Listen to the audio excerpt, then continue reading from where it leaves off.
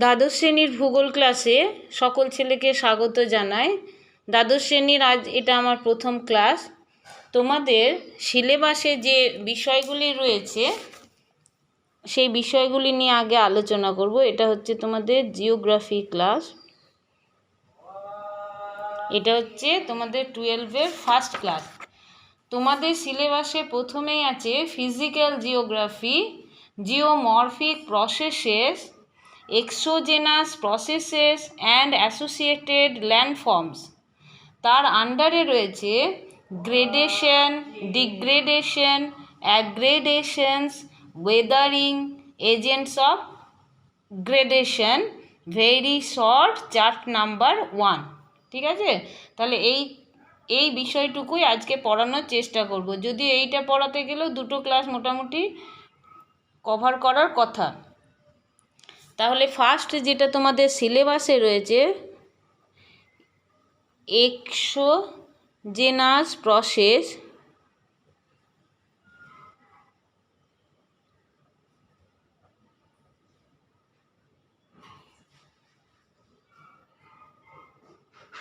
and associated landforms।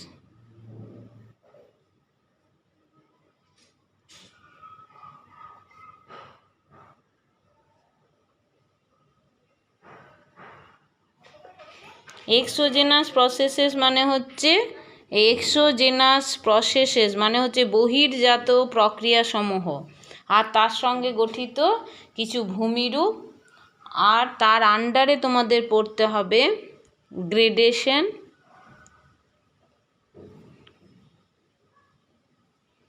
পড়তে হবে degradation,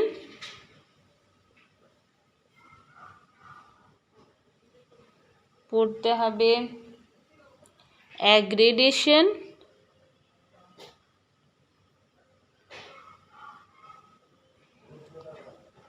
Wuthering,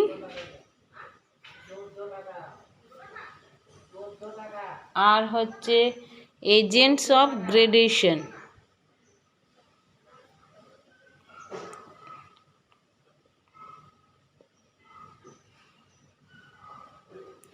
এই রয়েছে সিলেবাসে। এবার আমরা তাহলে পড়া শুরু করি। প্রথমেই এই এক্সোজেনাস প্রসেসেস হচ্ছে ভূমিরূপ গঠনকারী প্রক্রিয়া। ভূমিরূপের ইংরাজি প্রতিশব্দ হচ্ছে ল্যান্ডফর্মস। প্রথমে জানতে হবে তাহলে ভূমিরূপ গঠনকারী প্রক্রিয়াগুলি কি কি। এবার তার আন্ডারে হচ্ছে এক্সোজেনাস প্রসেসেস। আর যদি বলি ভূমির রূপ কাকে বলে, তাহলে ভূমির উচ্চতা, তাহলে ভূমির রূপ কাকে বলে একটু জেনে রাখবে। ভূমির রূপ হচ্ছে ভূমির উচ্চতা, ভূমির বন্ধুরতা, ভূমির ঢাল প্রভৃতি ইন্ডেক্স অনুসারে বা সূচক অনুসারে ভূত্বকের উপরিপৃষ্ঠের যে রূপ, যে অবয়ব, যে চেহারা আমাদের সামনে আমরা প্রত্যক্ষ করি বা আমাদের সামনে ফুটে ওঠে, তাকেই বলা হয় ভূমিরূপ। ভূমির গঠন, ভূমির ঢাল, ভূমির বন্ধুরতা, ভূমির উচ্চতা প্রভৃতি অনুসারে ভূপৃষ্ঠের উপরিভাগের যে রূপ, যে চিত্র, যে অবয়ব আমরা প্রত্যক্ষ করি বা আমাদের সামনে যে রূপ ফুটে ওঠে, তাকেই বলা হয় ভূমিরূপ। আর এই ভূমিরূপ, এই যে ভূপৃষ্ঠের উপরিভাগের যে রূপের পরিবর্তন, সর্বত্র তো একই রকম নয়।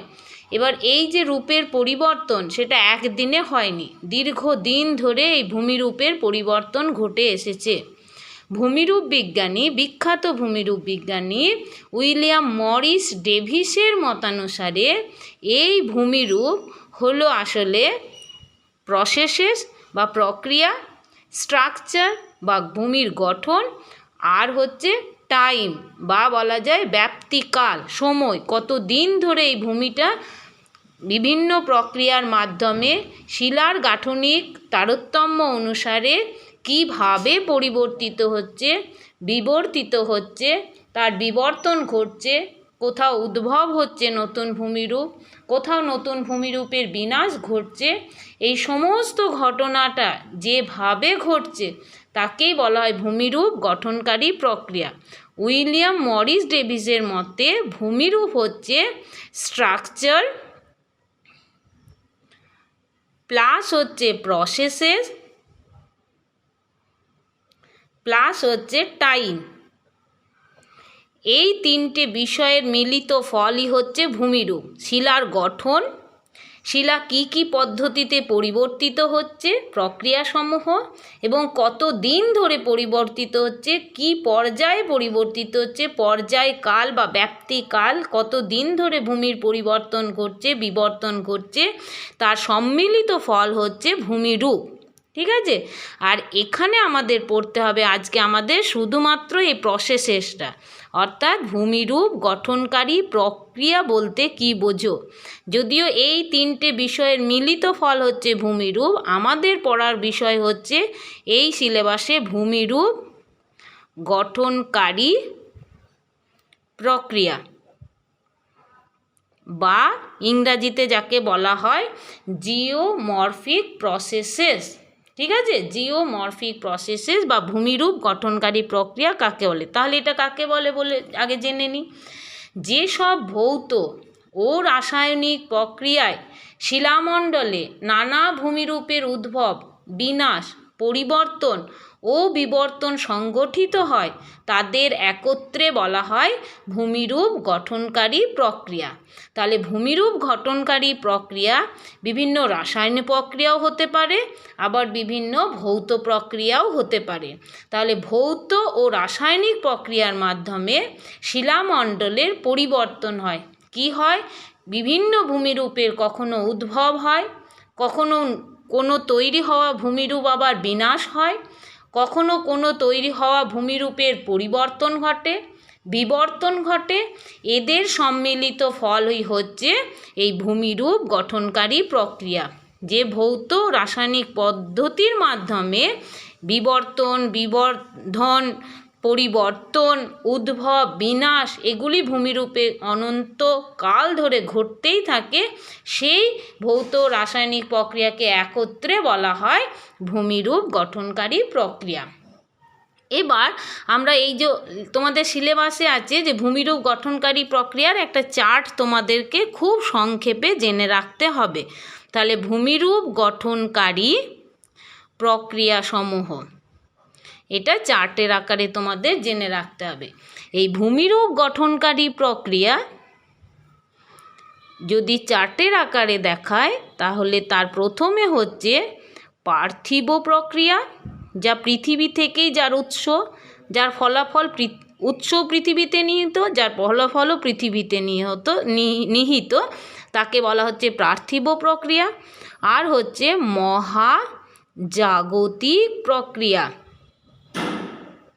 এই মহাজাগতিক প্রক্রিয়াটা হচ্ছে যার উৎস রয়েছে মহাজগতে, পৃথিবী ব্যতি রেখে মহাজগতের অন্য প্রান্তে, আর যার ফলাফলটা ভোগ করতে হচ্ছে পৃথিবীকে, সেটি হচ্ছে মহাজাগতিক প্রক্রিয়া। ধরো পৃথিবীতে কোনো বিশাল আকৃতির উল্কাপাত হলো, সেটি মহাজগৎ থেকে আগত, কিন্তু সেটি পতিত হলো পৃথিবীতে, এবং পৃথিবীর ভূমণ্ডলে হয়তো কোথাও একটা বিশাল খাতের সূচনা করলো। তাহলে সেক্ষেত্রে ভূমির পরিবর্তন ঘটলো উল্কাপাতজনিত কারণে, এবং তার ফলে ভূমির গঠনের পরিবর্তন ঘটতে পারে। সেটি আজকে আমাদের পড়ার বিষয় নয় যদিও।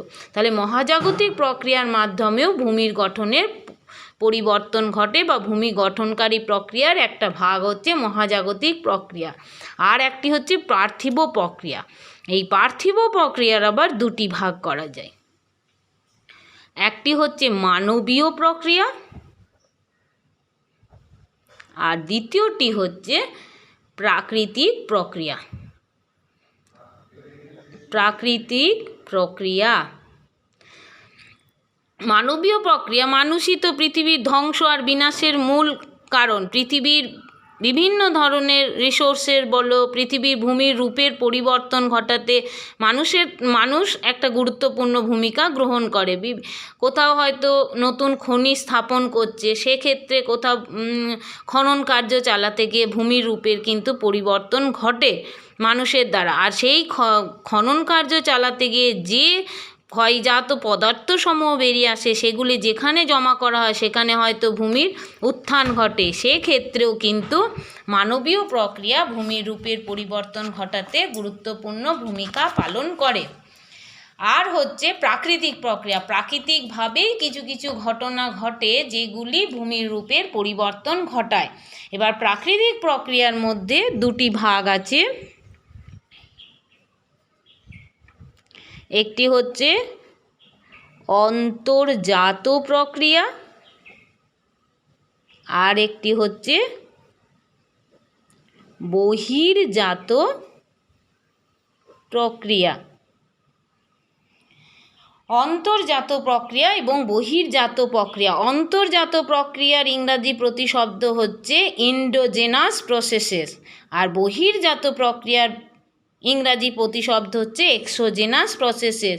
দেখো আমরা কিন্তু প্রথমেই লিখেছিলাম যেটা এই যে এক্সোজেনাস প্রসেসেস, তাহলে এই ব্যাপারটা আমাদের সিলেবাসে রয়েছে, আর সেটা আমরা এতক্ষণে পেলাম যে বহির্জাত প্রক্রিয়া বা এক্সোজেনাস প্রসেসেস। যেহেতু চারটা তোমাদের সিলেবাসে পড়তে বলেছে, তাহলে এই জিনিসগুলো কিন্তু তোমাদেরকে খুব সংক্ষেপে হলেও পড়ে রাখতে হবে।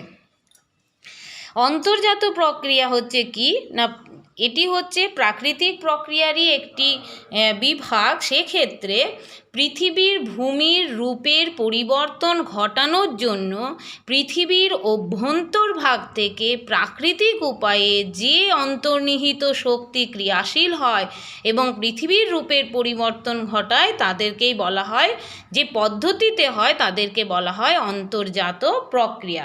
এবার অন্তর্জাত প্রক্রিয়ার মধ্যে হচ্ছে যেমন কিছু হয় ধীর আলোড়ন, খুব ধীরে ধীরে ভূমির রূপের পরিবর্তন ঘটায়, যেটা আমাদের চোখের আড়ালেই হয়, লক্ষ বা কোটি বছরের ব্যবধানে আমরা সেগুলো বুঝতে পারি।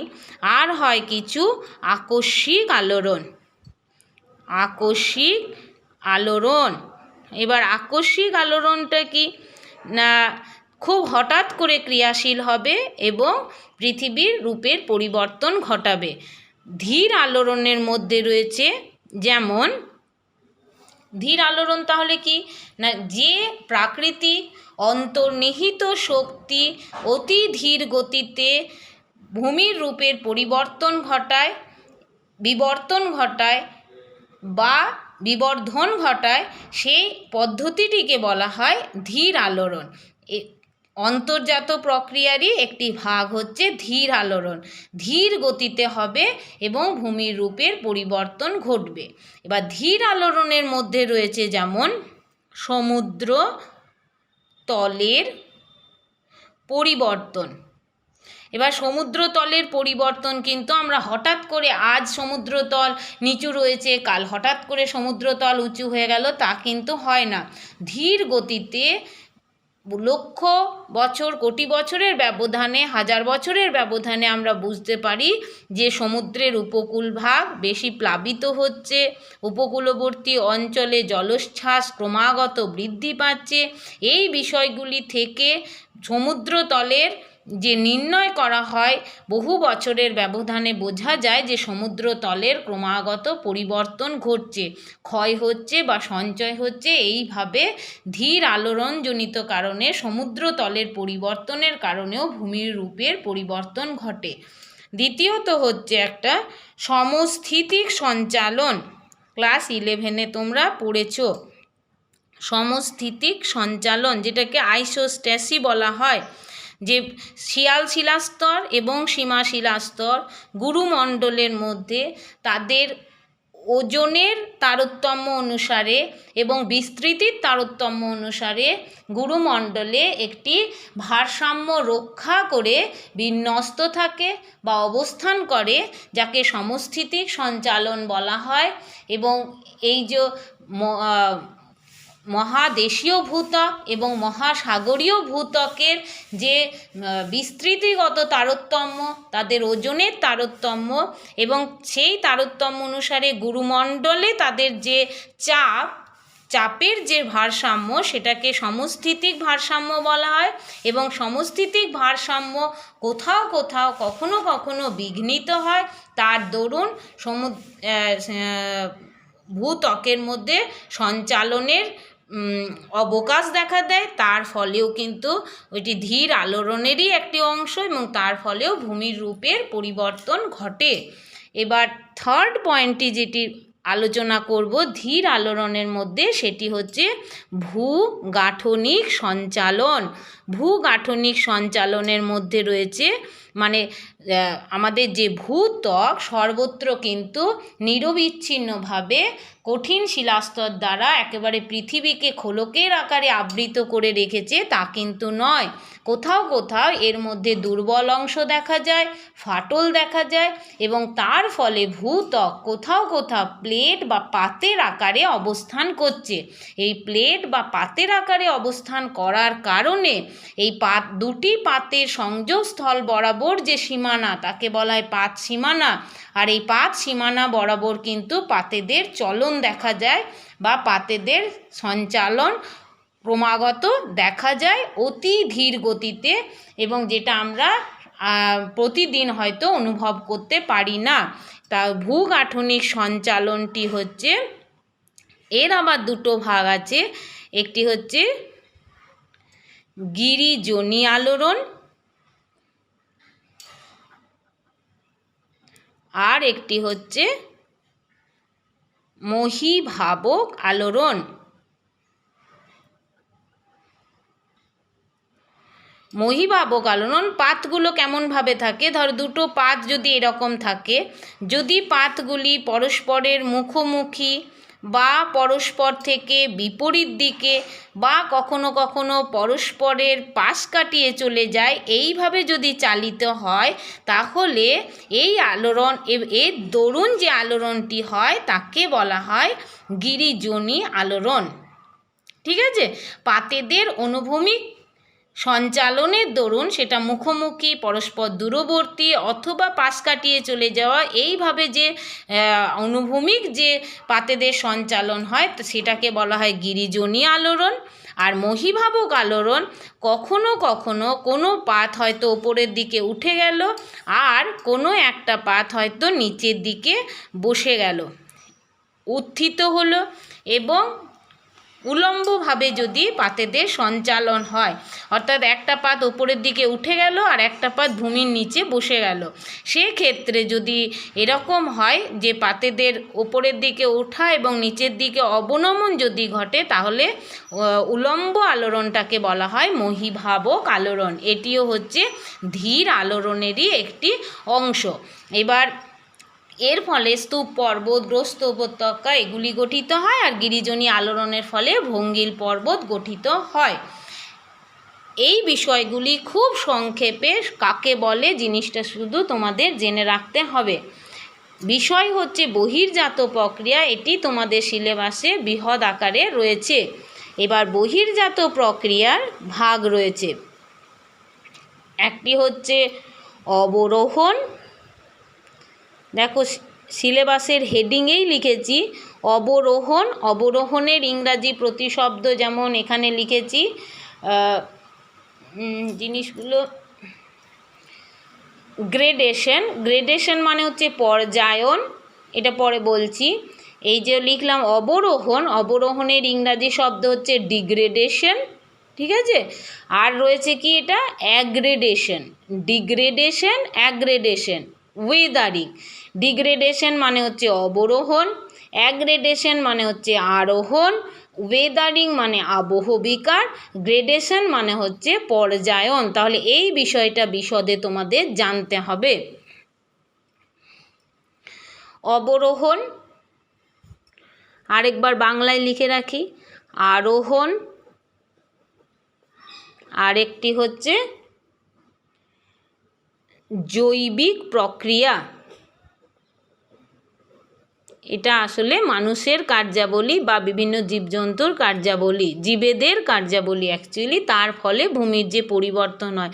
আর জীবেরা তো বাইরেই থাকে, তাই বহির্জাত শক্তি মানে বাইরে থেকে যারা কার্য করে এবং ভূমির রূপের পরিবর্তন ঘটায়। জৈবিক প্রক্রিয়াও একটা তোমাদের এখানে দেয়া হয়েছে, জৈবিক প্রক্রিয়া। এবার অবরোহণ প্রক্রিয়ার মধ্যে রয়েছে, দেখো ওই যে ভাগগুলো বললাম, যেমন হচ্ছে আবহবিকার মানে হচ্ছে কি ওয়েদারিং, আর একটা বললাম কি এটা লেখা নেই, মাস ওয়াস্টিং বা বলা যায় পুঞ্জিত স্খলন, ইংরাজিতে একে বলা হয় মাস ওয়াস্টিং, পুঞ্জিত স্খলন। আর একটা হচ্ছে ক্ষয় কার্য বা ক্ষয়ই বলা যায়, ক্ষয়। ঠিক আছে, তাহলে এই পদ্ধতিগুলো রয়েছে, এইগুলো চার্টের আকারে তোমাদের ওই চার্ট 1-এ রয়েছে, সিলেবাসে যেটা রয়েছে। প্রথমে জানতে হবে তাহলে এই বহির্জাত প্রক্রিয়া কাকে বলে। ইংরাজিতে বহির্জাত প্রক্রিয়ার ইংরাজি শব্দ হচ্ছে প্রতিশব্দ এক্সোজেনাস, এক্সোজেনাস, EXOGENEOUS, এক্সোজেনাস। এটা এসছে দুটো শব্দ থেকে, গ্রিক শব্দ। এক্সো কথার অর্থ হচ্ছে বহির্ভাগ, আর এসছে জেনেসিস, জেনেসিস মানে হচ্ছে গঠন। বাইরে থেকে, বহির্ভাগ থেকে যে সমস্ত শক্তি ক্রিয়াশীল হয় এবং ভূমির গঠন সম্পন্ন করে তাকেই বলা হচ্ছে এক্সোজেনাস প্রসেস। আর এর বাংলা প্রতিশব্দ করা হয়েছে কি, এক্সো মানে হচ্ছে বহির্ভাগ, জেনেসিস মানে গঠন, অর্থাৎ বহির্জাত, বাইরে থেকে গঠিত হয় এমন জিনিসকেই বলা হয় এক্সোজেনাস। এবার এক্সোজেনাস প্রসেস কি না, ভূপৃষ্ঠের প্রাকৃতিক শক্তিগুলি যে প্রক্রিয়ায় শিলামণ্ডলের উপরিভাগে বিভিন্ন ভূমিরূপের পরিবর্তন ঘটায়, ভাস্কর্য সৃষ্টি করে এবং তাদের মধ্যে সমতা এনে একটি সাধারণ তল গঠন করে, তাকে বহির্জাত প্রক্রিয়া বলা হয়। এই বহির্জাত প্রক্রিয়া হচ্ছে, দেখো, প্রাকৃতিক প্রক্রিয়ারই একটি ভাগ। তাহলে প্রাকৃতিক শক্তি ভূপৃষ্ঠের বাইরে থেকে ক্রিয়াশীল করবে, বা শিলামণ্ডল বলা হয়। শিলামণ্ডল মানে ভূত্বক প্লাস অ্যাস্থেনোস্ফিয়ার একত্রে হচ্ছে শিলামণ্ডল। তাহলে ভূত্বক এবং অ্যাস্থেনোস্ফিয়ার একত্রে শিলামণ্ডল। এই শিলামণ্ডলের ওপর ভূপৃষ্ঠের বাইরের প্রাকৃতিক শক্তিগুলি বিভিন্নভাবে ক্রিয়াশীল হবে এবং ভূমির রূপের পরিবর্তন ঘটাবে, ভাস্কর্য সৃষ্টি করবে এবং তার ফলে যে অঞ্চলগুলি উঁচু সেগুলিকে নিচু করার চেষ্টা করবে, আর যে অঞ্চলগুলি নিচু সেগুলিকে উঁচু করার চেষ্টা করবে। অর্থাৎ এই প্রক্রিয়ার মাধ্যমে ভূমির মধ্যে একটি সমতা আনার চেষ্টা করা হবে, অনবরত একটি সাধারণ তল গঠন করার চেষ্টা হবে অনবরত প্রাকৃতিক পদ্ধতিতে। এই পদ্ধতিটিকে বলা হয় বহির্জাত পদ্ধতি বা বহির্জাত প্রক্রিয়া বা এক্সোজেনাস প্রসেসেস। প্রাকৃতিক শক্তিগুলি ভূপৃষ্ঠের বাইরে থেকে শিলামণ্ডলের উপরিভাগে ক্রিয়াশীল হবে, ভূমির রূপের পরিবর্তন ঘটাবে, ভাস্কর্য সৃষ্টি হবে এবং একটি সাধারণ তল সৃষ্টি করার অনবরত প্রয়াস চলতেই থাকবে, তাকেই বলা হয় বহির্জাত প্রক্রিয়া। এবার এই বহির্জাত প্রক্রিয়ার মধ্যে দেখো রয়েছে অবরোহণ, আরোহণ আর জৈবিক প্রক্রিয়া। তাহলে প্রথমে বলবো এই অবরোহণ জিনিসটা কি। দেখো অবরোহণ প্রক্রিয়া, তাহলে অবরোহণ প্রক্রিয়া কাকে বলে সেটা আমাদের জানতে হবে।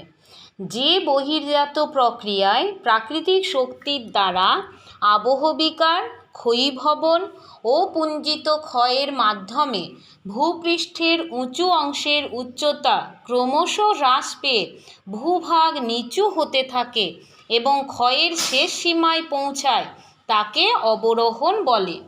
একে আবার নগ্নীভবন প্রক্রিয়াও বলা হয়। তাহলে অবরোহণ প্রক্রিয়ার মোদ্দা কথা কি, মূল কথাটা কি না, মূল কথা হচ্ছে এই প্রক্রিয়ার মাধ্যমে উচ্চ ভূভাগ ক্রমাগত নিচু হতে থাকে এবং ক্ষয়ের শেষ সীমায় পৌঁছানোর চেষ্টা করে। যে পদ্ধতিতে, যে বহির্জাত প্রক্রিয়ায় প্রাকৃতিক শক্তির দ্বারা ভূপৃষ্ঠের উঁচু অংশ ক্রমাগত হ্রাস পেয়ে ভূভাগ নিচু হতে থাকে এবং ক্ষয়ের শেষ সীমায় পৌঁছায়, তাকেই বলা হয় অবরোহণ প্রক্রিয়া। তাহলে এই অবরোহণ পদ্ধতিতে উঁচু ভূভাগ নিচু হয়, আর এই অবরোহণ প্রক্রিয়ার আরেকটি নাম হচ্ছে নগ্নীভবন প্রক্রিয়া। নগ্নীভবন ব্যাপারটা কি আমি একটু পরে তোমাদের বলছি। প্রথমে অবরোহণ প্রক্রিয়ার আবার যে ভাগগুলো লিখেছিলাম, যেমন হচ্ছে অবরোহণ প্রক্রিয়ার একটা ভাগ হচ্ছে অবরোহণ প্রক্রিয়াটি তিনটি পদ্ধতিতে কাজটি করে। একটি হচ্ছে আবহ বিকার, আগের পৃষ্ঠায় লিখেও ছিলাম আমরা আবহ বিকার, আর আরেকটি হচ্ছে কি পুঞ্জিত ক্ষয়। এটি তিনটি পদ্ধতি, পুঞ্জিত ক্ষয়, আর আরেকটি হচ্ছে ক্ষয়ীভবন। হলো, এবার আবহ বিকার কি, এটা তোমাদের সিলেবাসেও রয়েছে, এটা তোমাদেরকে ভালোভাবে জানতে হবে। আবহ বিকার, এই আবহ বিকার মনে হয় তোমরা নবম অথবা দশম শ্রেণীতে আবহ বিকার একটা চ্যাপ্টারও পড়ে এসছো। আবহ কথাটি এতে রয়েছে, আবহ মানে আবহাওয়া, আবহাওয়া বিভিন্ন উপাদান রয়েছে, যেমন বায়ুর উষ্ণতা, বায়ুর চাপ, বৃষ্টিপাত, মেঘাচ্ছন্নতা, এই বিষয়গুলি হচ্ছে আবহাওয়ার বিভিন্ন উপাদান। তাহলে আবহাওয়া আর জলবায়ু, এই আবহাওয়ার জলবায়ুর বিভিন্ন উপাদানগুলি, উষ্ণতা, চাপ, আর্দ্রতা, বৃষ্টিপাত, এই বিষয়গুলি ভূপৃষ্ঠের শিলাস্তরের ওপর ক্রিয়াশীল হয় এবং শিলাস্তরকে প্রভাবিত করে, শিলাস্তরকে চূর্ণ বিচূর্ণ করে বা কোথাও কোথাও বিয়োজিত করে, এবং সেই স্থানে সেই বিয়োজিত বা বিচূর্ণিত শিলাসমূহ অবস্থান করলে সেই পদ্ধতিকে বলা হয় আবহ বিকার পদ্ধতি। আবহ বিকার হচ্ছে একটি প্রাকৃতিক পদ্ধতি, যে প্রাকৃতিক পদ্ধতিতে বিশেষত আবহাওয়া ও জলবায়ুর উপাদানগুলি শিলাস্তরের ওপর ক্রিয়াশীল হয়, শিলাস্তরের প্রাকৃতিক অথবা রাসায়নিক পরিবর্তন ঘটায়, অর্থাৎ শিলাস্তরকে চূর্ণ বিচূর্ণ করে অথবা বিয়োজিত করে। যদি প্রাকৃতিক পরিবর্তন হয় সেক্ষেত্রে বিচূর্ণিত হয়, চূর্ণ বিচূর্ণ হয়। যদি রাসায়নিক পরিবর্তন ঘটায় তাহলে সেক্ষেত্রে শিলাস্তরের বিয়োজন ঘটে এবং তার ফলে সেই বিচূর্ণিত বা বিয়োজিত শিলাসমূহ যদি উৎপত্তি স্থলেই অবস্থান করে তাহলে সেই পদ্ধতিকে বলা হয় আবহ বিকার পদ্ধতি। বিচূর্ণী ভবনও বলা হয় আবহ বিকারকে, কারণ আবহ বিকারের ফলে শিলা চূর্ণ বিচূর্ণ হয় বলে। এবার আবহ বিকার দু ধরনের হয়, একটা হচ্ছে যান্ত্রিক, তিন ধরনের বলা যেতে পারে। আবহ বিকার আবার তিন ধরনের হয়, তাহলে কাকে বলে এটা জেনে রাখবে। আবহ বিকারের আবার পদ্ধতি আছে যান্ত্রিক আবহ বিকার,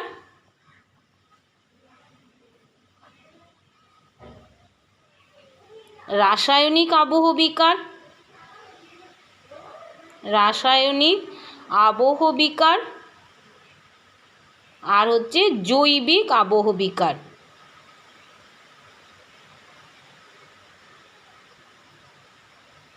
যান্ত্রিক আবহ বিকার না, আবহ বিকারের ফলে যদি শিলার শুধুমাত্র প্রাকৃতিক পরিবর্তন ঘটে, শিলার রাসায়নিক কোনো পরিবর্তন না ঘটে, শুধুমাত্র শিলা চূর্ণ বিচূর্ণ হয়, তাহলে সেই ক্ষেত্রে সেই আবহ বিকারকে বলা হয় যান্ত্রিক আবহ বিকার। যদি আবহ বিকারের দরুন শিলার রাসায়নিক ধর্মের পরিবর্তন ঘটে এবং শিলা নতুন রাসায়নিক ধর্ম বিশিষ্ট একটি অন্য শিলার রূপ নেয়, তখন সেই আবহ বিকারকে বলা হয় রাসায়নিক আবহ বিকার। আর জৈবিক আবহ বিকার কি না, জীবজগৎ যখন আবহ বিকার ঘটায় অর্থাৎ শিলাকে চূর্ণ বিচূর্ণ করে, সেটা মানুষ হতে পারে বা অন্যান্য কোনো প্রাণী হতে পারে, যদি শিলাকে চূর্ণ বিচূর্ণ করে সেক্ষেত্রে সেই আবহ বিকারকে বলা হয় জৈবিক আবহ বিকার।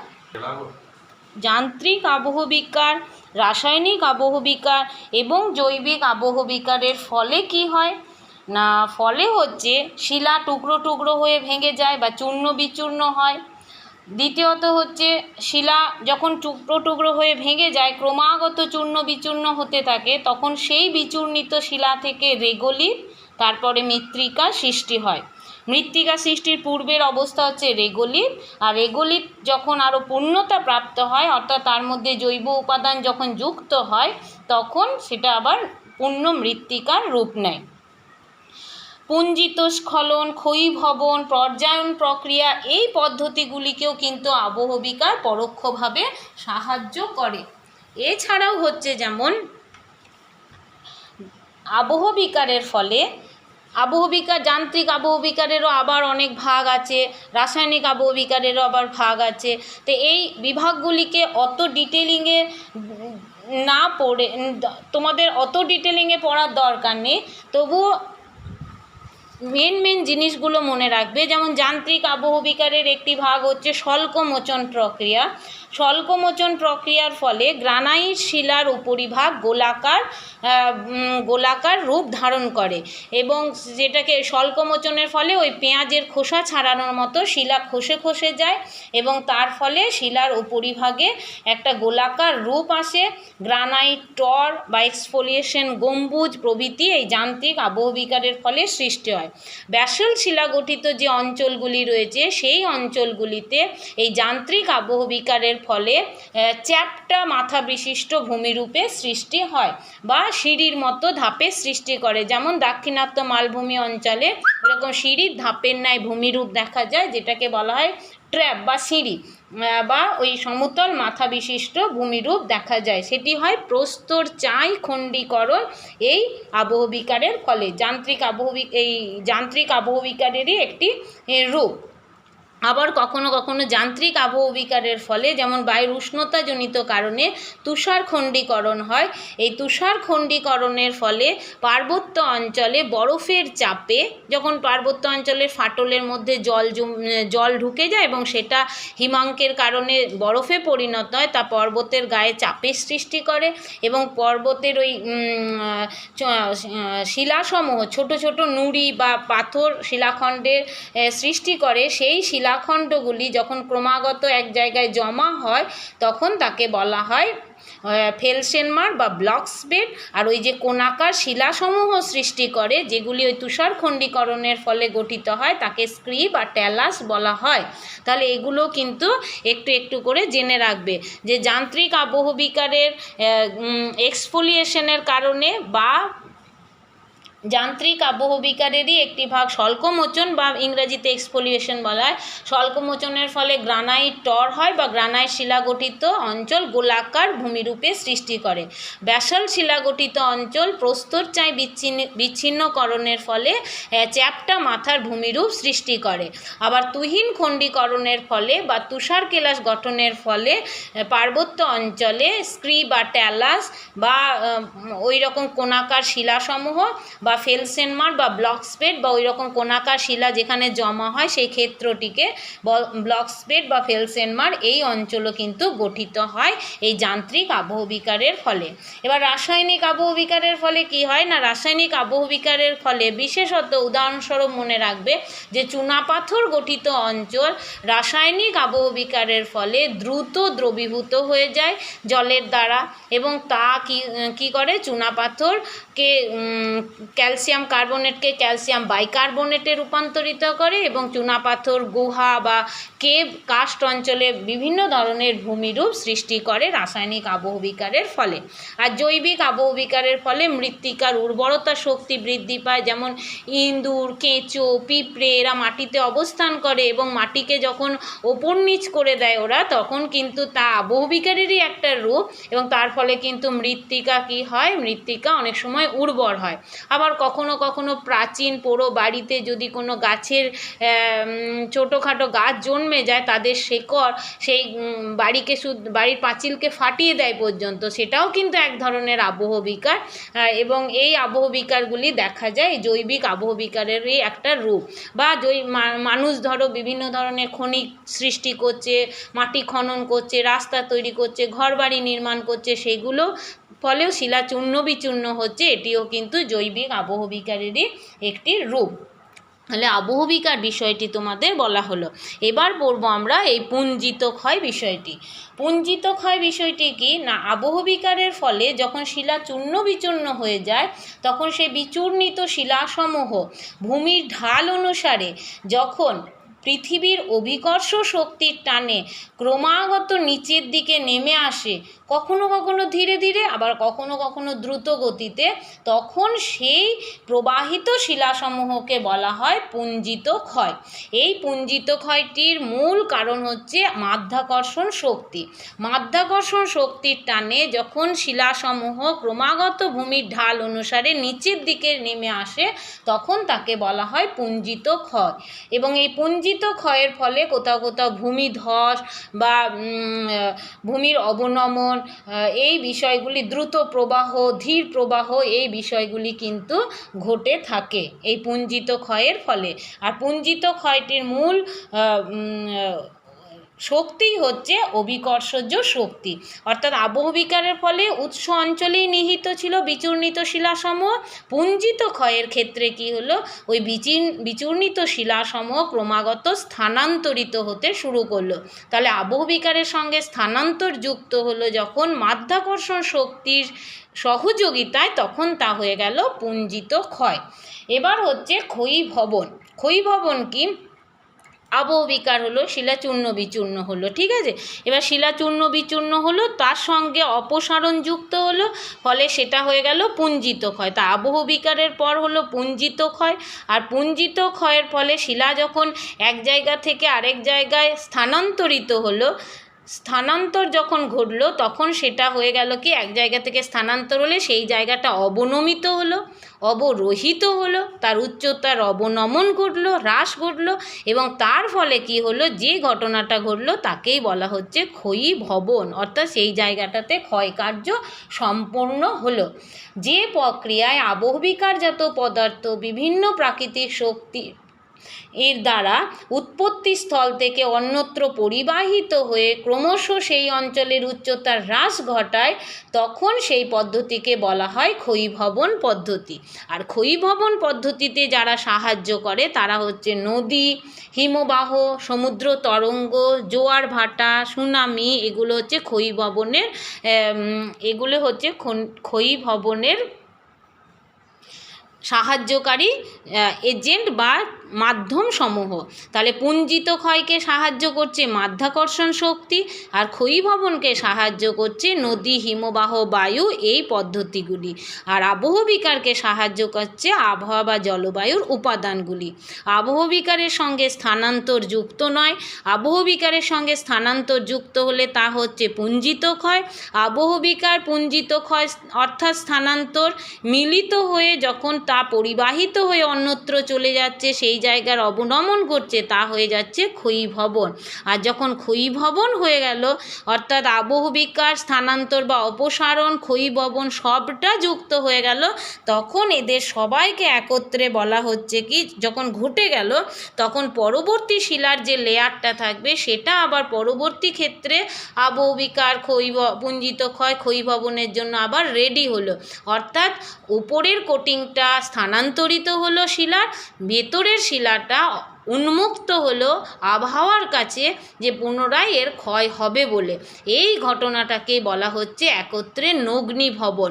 নগ্নীভবন উন্মুক্ত হলো বলে, শিলাসমূহ আবহাওয়ার বিভিন্ন উপাদানের নিকট উন্মুক্ত হলো বলে, বা যদি বলা হয় অন্য ভাষায়, যে শিলার যে কোটিংটা ছিল, আবরণটা ছিল, আবরণ উন্মোচিত হলো, শিলাসমূহ নগ্ন হলো বলে তাকেই বলা হচ্ছে নগ্নীভবন। অর্থাৎ আবহবিকার প্লাস ক্ষয়ীভবন, অপসারণ আর ক্ষয়ীভবন, এগুলো মিলে হচ্ছে কি, তাহলে আবহবিকার প্লাস ক্ষয়ীভবন মিলে হচ্ছে নগ্নীভবন। অর্থাৎ পরবর্তী আবহবিকারের জন্য, পরবর্তী ক্ষয়ের জন্য শিলাসমূহ উন্মুক্ত হলো, তাই একে বলা হয় নগ্নীভবন। আমি এর আগেও বলেছিলাম যে তোমাদের একটু পরে বলবো যে অবরোহণ প্রক্রিয়ার তাই আরেক নাম হচ্ছে নগ্নীভবন প্রক্রিয়া। অবরোহণ প্রক্রিয়ার এই কারণ আবহবিকার, ক্ষয়ীভবন, পুঞ্জিত ক্ষয় সব মিলে শেষে একে বলা হচ্ছে নগ্নীভবন। নগ্নীভবনের ইংরাজি প্রতিশব্দ হচ্ছে ডেনিউডেশন। এটা ল্যাটিন শব্দ ডেনিউডেয়ার থেকে এসছে, যার অর্থ হচ্ছে অনাবৃত থাকা। অনাবৃত থাকা বা নগ্নীভবন, যে একটা আবৃত যে আবরণটা ছিল সেটা সরে গেল এবং তা উন্মুক্ত হলো, নগ্ন হলো, তাই একে বলা হচ্ছে নগ্নীভবন। আবহবিকার পুঞ্জিত ক্ষয় ক্ষয়ীভবন মিলে হচ্ছে নগ্নীভবন। তাহলে এই পদ্ধতিগুলো আমাদের বলা হলো। এর ফলে কি হচ্ছে? এর ফলে ভূমিভাগ ক্রমাগত নিচু হচ্ছে, ভূমির বন্ধুরতা ক্রমাগত বৃদ্ধি পাচ্ছে, বা কোথাও কোথাও বন্ধুরতা, যেখানে বন্ধুর ভূপ্রকৃতি ছিল তা ক্রমাগত হ্রাস পাচ্ছে। পার্বত্য আর মালভূমি অঞ্চল ক্ষয় পেয়ে তা ক্রমাগত সমভূমিতে পরিণত হচ্ছে, আর ভূমির যেখানে ঢালু ভূভাগ ছিল সেটা ক্রমাগত পশ্চাৎপসরণ ঘটছে, যথা যেখানে যদি এরকম ছিল সেটা ধীরে ধীরে এই দিকে সরতে থাকবে। এইভাবে কিন্তু ভূমির পশ্চাৎপসরণ ঘটতে থাকে অবরোহণ প্রক্রিয়ার মাধ্যমে। তাহলে অবরোহণ পদ্ধতিটা আমাদের হয়ে গেল। অবরোহণ পদ্ধতির মাধ্যমে যে ধরো উঁচু ছিল সেটা পশ্চাৎপসরণ হলো, বা ধরো কোনো একটা অঞ্চল এইরকম উঁচু ছিল সেটা ধীরে ধীরে ধীরে ধীরে নিচের দিকে ক্রমাগত নামতে থাকবে। এটা ছিল আগেকার উচ্চতা, অর্থাৎ এখন হয়ে যাবে সেটা এইরকম উচ্চতা, এটা হবে অবরোহণ পদ্ধতি। এবার পড়ব আমরা আরোহণ প্রক্রিয়া। আরোহণ প্রক্রিয়া যে বহির্জাত প্রক্রিয়ায় অবরোহণ পদ্ধতিতে উৎপন্ন যে পদার্থগুলি তা প্রাকৃতিক শক্তির দ্বারা স্থানান্তরিত হয়ে কোনো নিচু স্থানে জমা হয় বা ভরাট হয়, ভূমিভাগের উচ্চতা ক্রমাগত বৃদ্ধি করে এবং সাধারণ তল সৃষ্টিতে সহায়তা করে, তাকেই বলা হয় আরোহণ পদ্ধতি। আরোহণ পদ্ধতি কি? অবরোহণ পদ্ধতিতে যে বিচূর্ণিত শিলাসমূহ সৃষ্টি হলো সেগুলি নিচু স্থানে জমা হবে এবং সঞ্চয় হবে, সেখানে আরোহণ হবে। ধরো যদি এরকম একটা কোনো উঁচু ভূমিরূপ থাকে, সেই অঞ্চলটা কি হবে, ধরো কোনো এককালে ওই উচ্চতাটাই ছিল এই রকম উচ্চতা, সেটা ক্ষয় পেয়েছে, তাহলে এখানে কি হবে? উচ্চতার অবনমন হয়েছে, এখানে উচ্চতার অবনমন হয়েছে। এই পদ্ধতিটা কি? এটা হলো যদি অবরোহণ। এবার অবরোহণের ফলে যে শিলাচূর্ণ, এখানের যে শিলাচূর্ণগুলো সেখানে যাবে কোথায়? সেটা গিয়ে জমা হবে এই জায়গাতে, এগুলো নিচু স্থান বলে এখানে এসে জমা হবে। কার দ্বারা জমা হবে? নদী হিমবাহ বায়ুর দ্বারা জমা হবে। তাহলে যেটা এইরকম উচ্চতায় ছিল এর উচ্চতাটা কি হচ্ছে? এটা হয়ে গেল বর্তমানে। ফলে এর উচ্চতাটা কি হচ্ছে? ক্রমাগত বৃদ্ধি পাচ্ছে। এখানে কি হয়ে যাবে? তাহলে এই অঞ্চলটাই হচ্ছে আরোহণ। এটা যদি অবরোহিত হয় এটা হবে আরোহণ পদ্ধতি। ঠিক আছে? তাহলে এটা হচ্ছে আরোহণ পদ্ধতি। আরোহণ পদ্ধতির ফলে ভূমির উচ্চতা ক্রমাগত বৃদ্ধি পায়। তাহলে আমাদের হয়ে গেল অবরোহণ পদ্ধতি। অবরোহণ পদ্ধতির বিভিন্ন বিভাগসমূহ সম্পর্কে, আবহবিকার পুঞ্জিত ক্ষয় এবং ক্ষয়কার্য, আর হয়ে গেল আমাদের আরোহণ প্রক্রিয়া সম্পর্কে। এবার লাস্ট একটা রয়েছে জৈবিক প্রক্রিয়া। আমরা বহির্জাত প্রক্রিয়ার আরেকটা ভাগ পড়েছিলাম, জৈবিক প্রক্রিয়া। ইতিমধ্যে বিভিন্ন কথা আমরা জৈবিক আবহবিকারেও বললাম। ওই বিষয়গুলি জৈবিক মানে জীবজাত উপাদান দ্বারা যখন ভূমির রূপের পরিবর্তন ঘটবে তখন তাকেই বলা হচ্ছে জৈবিক প্রক্রিয়া। অর্থাৎ সেক্ষেত্রে মানুষ হতে পারে, বিভিন্ন জীবজন্তু হতে পারে, সে শিলার ওপর ক্রিয়াশীল হবে এবং শিলার রূপের, ভূমির রূপের পরিবর্তন ঘটাবে। এর ফলে যে ঘটনাগুলি ঘটে তাকেই বলা হচ্ছে, যে পদ্ধতিতে ঘটে তাকে বলা হচ্ছে জৈবিক প্রক্রিয়া। জৈবিক প্রক্রিয়া খনন কার্যের ফলে হতে পারে, ঘর বাড়ি নির্মাণের ফলে, রাস্তাঘাট নির্মাণের ফলে, বিভিন্ন জীবজন্তু মাটি খুঁড়ে যে মাটির তলায় বসবাস করে সেক্ষেত্রেও এই ঘটনাগুলি কিন্তু ভূমির রূপের পরিবর্তন ঘটায়। জীব জগতের দ্বারা যখন হয় তখন তাকে বলা হয় জৈবিক প্রক্রিয়া। এবার এই যে এতগুলো বিষয় আমরা পড়লাম, আবহবিকার, পুঞ্জিত ক্ষয়, ক্ষয়ীভবন, আরোহণ, অবরোহণ, জৈবিক প্রক্রিয়া, এই বিষয়গুলি থেকে তোমাদেরকে যে বিষয়গুলি পড়াশোনার জন্য বিশেষভাবে করতে হবে, যেমন হচ্ছে অন্তর্জাত প্রক্রিয়া,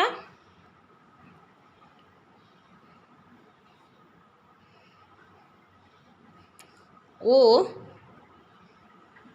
বহির্জাত প্রক্রিয়া, এদের কি করতে হবে? পার্থক্য। ঠিক আছে, অন্তর্জাত প্রক্রিয়া বহির্জাত প্রক্রিয়ার পার্থক্য। আবহবিকার ও ক্ষয়ীভবনের পার্থক্য।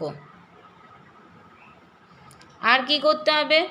আর পড়তে হবে আরোহণ ও অবরোহণের পার্থক্য। আর কি পড়তে হবে? আবহবিকার